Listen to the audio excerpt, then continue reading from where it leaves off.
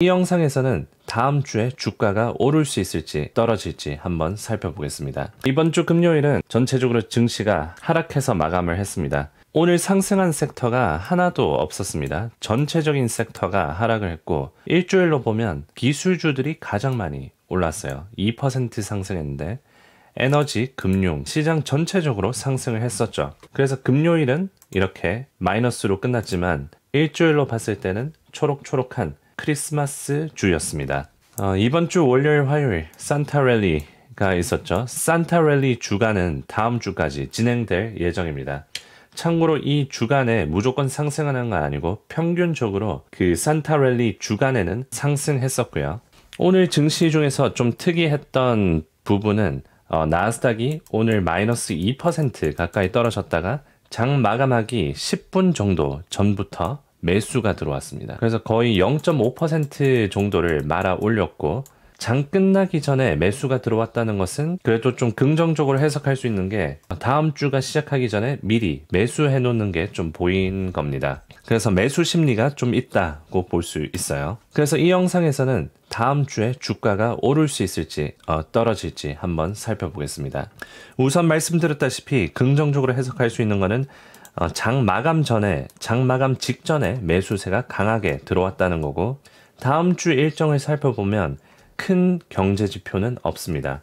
그리고 1월 1일이 수요일이라서 수요일 장은 휴장이고요. 짧은 주간이 될 겁니다. 그리고 아직까지 휴가철이라서 월간은 휴가에서 돌아오지 않은 상태일 거고 이번 주와 마찬가지로 다음 주도 거래량은 적지만 변동성은 클 가능성이 높습니다. 그리고 대형주들보다는 중소형주들로 크게 움직일 가능성이 높아요. 긍정적으로 볼 수 있는 부분은 애플 시가총액인데 애플 시가총액이 아직까지 4조 달러 근접합니다. 지금 3.86조 달러인데 여기서 4% 정도만 올라가도 4조 달러를 찍게 됩니다. 그래서 이렇게 대장주들 애플, 엔비디아, 마이크로소프트 전부 다 3조 달러 위에 있고 시가총액이 높습니다. 그래서 애플이 시가총액이 4조 달러가 된다면 또 새로운 논리가 생기고 이제 빅7 전반적으로 모두 가치평가를 높게 받으면서 주가가 상승할 가능성이 높아집니다. 그리고 나스닥 차트를 보면 지금 보시다시피 상방 추세 놓여져 있죠. FOMC 이후로 크게 하락했다가 4일 연속 상승하고 금요일에 주가가 2% 정도 떨어지면서 여기 상방 추세의 하단을 딱 찍었습니다. 그래서 차트가 기술적으로 움직이고 있는 게 확인이 되었고 이제 상방 추세를 유지하는 모습이 보였습니다. 특히 오늘 장 끝나기 10분 전에 매수세가 확 들어오면서 말아 올렸었죠. 그래서 이제 지켜봐야 되는 부분은 지난 영상에도 말씀드렸지만 이 나스닥이 이 상방 추세를 지켜주냐 마냐인데 그 가격은 515불입니다. 나스닥이 515불 뚫리면 여기서 뚫리면 502까지 갭이 있고 이렇게 된다면 이 상방 추세에서 벗어났다고 볼 수 있겠죠.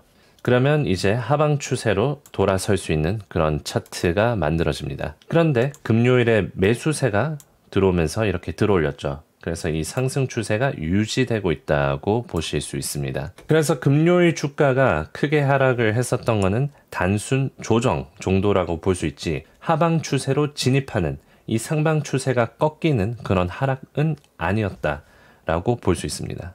그래서 이런 긍정적인 측면을 봤을 때 다음 주는 상승으로 마감할 가능성이 높아 보입니다. 그런데 여기서 이제 하락할 수 있는 점도 유의를 해봐야 되는데 최근에 FOMC가 있었죠. 제롬 파월의 매파적인 발언이 있었는데 이번에 25bp 금리 인하를 안 할 수도 있다라는 발언도 했었는데 close call이라는 단어를 사용했습니다. 그 뜻이 뭐냐면 이번에 금리 인하 그리고 금리 동결 중에서 굉장히 아슬아슬했다라는 것을 시사했습니다. 앞으로의 금리 인하는 신중히 할 것이다. 그래서 금리 인하를 많이 안 할 거라는 기조로 돌아섰어요. 그래서 지난번에는 2025년에 금리 인하를 4번 하겠다고 했는데 이번에는 2번만 금리 인하할 것을 시사했습니다. 그래서 최근에 달러 지수가 굉장히 많이 올랐죠. 그래서 원 달러 환율도 굉장히 크게 차이 나고 유로 달러랑 미국 달러랑도 굉장히 차이 나고 있습니다. 그리고 장기 연방 금리 전망을 2.9%에서 3%로 상향 조정했는데 기준금리를 높였다라고 볼 수 있어요. 그래서 금리 인하를 덜 할 거라고 보고 있는데 최근에 채권 가격에 그게 나타나고 있습니다. 채권 가격이 잘 못 오르고 있죠. 그래서 기준금리를 높이고 앞으로 금리 인하를 덜 하겠다고 하고, 그래서 굉장히 매파적인 그런 기조로 이번에 제롬 파월 그리고 연준이 돌아섰습니다. 그래서 그 FOMC 이후로 거의 2020년 코로나 이후로 가장 하루폭이 큰 하락이 있었습니다. 연준이 8월 달에 50bp 금리 인하를 하고 시장을 계속 서포트를 해줬어요. 그런데 이제 연준의 시장 서포트는 없어졌다라고 볼 수 있습니다. 거기다가 불확실성 요인을 언급했는데 관세가 인플레이션에 미칠 잠재적인 영향, 불확실하다라고 얘기했고, 그리고 트럼프 행정부 그리고 무역 정책 변화 가능성이 불확실하다라고 얘기하고, 앞으로 인플레이션이 중요하다라고 했는데 인플레이션이 잘 안 줄어들고 있어요. PCE 물가지수 보면 이 하락은 했는데 여기서 추가적인 하락은 없고 살짝씩 오르고 있습니다. 그래서 만약에 다음 달에도 계속 이렇게 오르게 된다면 연준은 금리 인상을 할 수도 있고, 그렇게 되면 시장에 굉장히 안 좋은 영향을 미치게 되겠죠. 그리고 PCE가 오르지는 않아도 오를 수 있다라는 그런 염려 때문에 주가가 하방 압력을 받을 수도 있습니다. 그리고 이번 주에 연속 실업수당 청구 건수가 나왔는데 이게 이번 연도 중에서는 가장 높게 나왔습니다. 그래서 고용시장이 안 좋아지고 있다는 걸 시사하는데, 만약에 고용시장이 둔화가 되면서 인플레이션도 올라가게 된다면 이건 둘 다 악재이기 때문에 시장의 하방 압력을 받을 수 있습니다. 지금 그런 신호는 안 보이는데 잠재적으로 그런 불확실성이 시장에 존재하고 있다라는 것을 그냥 알려드린 겁니다. 제롬 파월이 기자회견 때 어떤 것도 완전히 배제하거나 포함시키지 않는다라고 언급해서 심지어 금리 인상 가능성조차 열어두었다라고 얘기를 합니다. 물론 금리 인상할 가능성은 적겠죠. 그런데 만약에 지표가 금리 인상이 가능한 쪽으로 나오면 연준에서 금리 인상할 수도 있다라는 얘기 나오면서 주가가 좀 하방 압력을 좀 그때는 강하게 나올 수도 있습니다. 그리고 10년물, 2년물 금리가 다시 재역전을 했습니다. 이게 재역전을 8월 28일 그리고 9월 6일 이때 재역전을 제대로 했습니다. S&P도 보시면 8월 말 그리고 9월 초가 S&P가 5%가량 하락을 했습니다. 고용시장이 안 좋게 나오고 지표들이 안 좋게 나오면서 주가가 떨어졌던 건데, 그때 장단기 채권 금리가 재역전이 되면서 분위기를 또 안 좋게 만들었습니다. 근데 이번에도 이 재역전이 계속되고 있습니다. 이렇게 쭉 올라가고 있습니다. 역사적으로 봤을 때 이 장단기 금리 역전 후 경기 침체가 발생했던 주요 사례들인데, 대체적으로 8월에서 12개월 안에 경기 침체가 나왔습니다. 1989년에 금리 역전이 발생하고 1990년에 경기 침체가 시작됐습니다. 11개월 걸렸고, 2000년도에 금리 역전 발생하고 11개월 후인 2001년에 경기 침체가 시작했고, 2006년에 금리 역전 발생하고 22개월 뒤 2008년 금융위기가 크게 왔었고, 2019년에 금리 역전이 발생하고 코로나 위기로 8개월 안에 경기 침체가 왔습니다.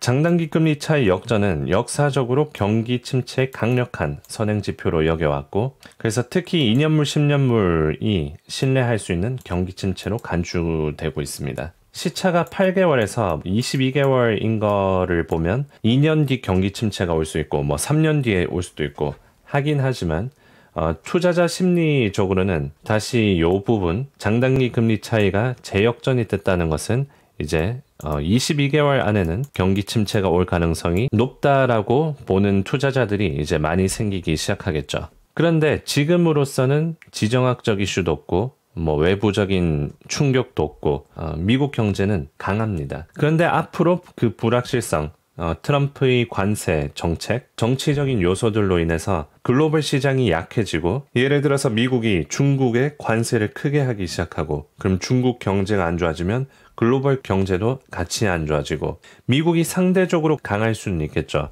전체적인 경제가 안 좋아지면 미국 경제도 안 좋아지면서 회사들 실적에 매출 줄어드는 게 반영이 되고 주가가 하락할 수 있습니다.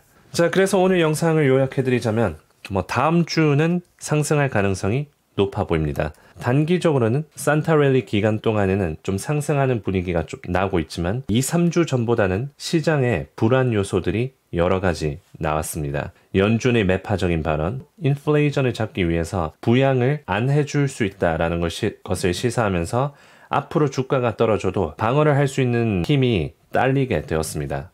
지난번에는 연준이 계속 경제를 부양해주면서 주가가 떨어져도 오르고 그런 반등이 굉장히 강했는데 연준이 피벗을 하면서 그게 좀 사라졌다고 볼 수 있습니다. 거시적으로 크게 본다면 1월 중순까지는 시장이 좀 조용할 가능성이 높아요. 그런데 1월 중순부터는 굉장히 또 시끌벅적해질 겁니다. 1월 20일에 트럼프 취임식이 있고 실적 발표가 본격적으로 시작되고 빅테크들 대체적으로 1월 말에 실적 발표가 있습니다.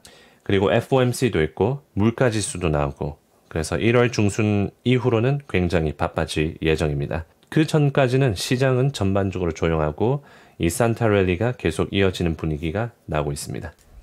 네, 오늘 분석은 여기까지고 그럼 다음 영상에서 또 뵙겠습니다.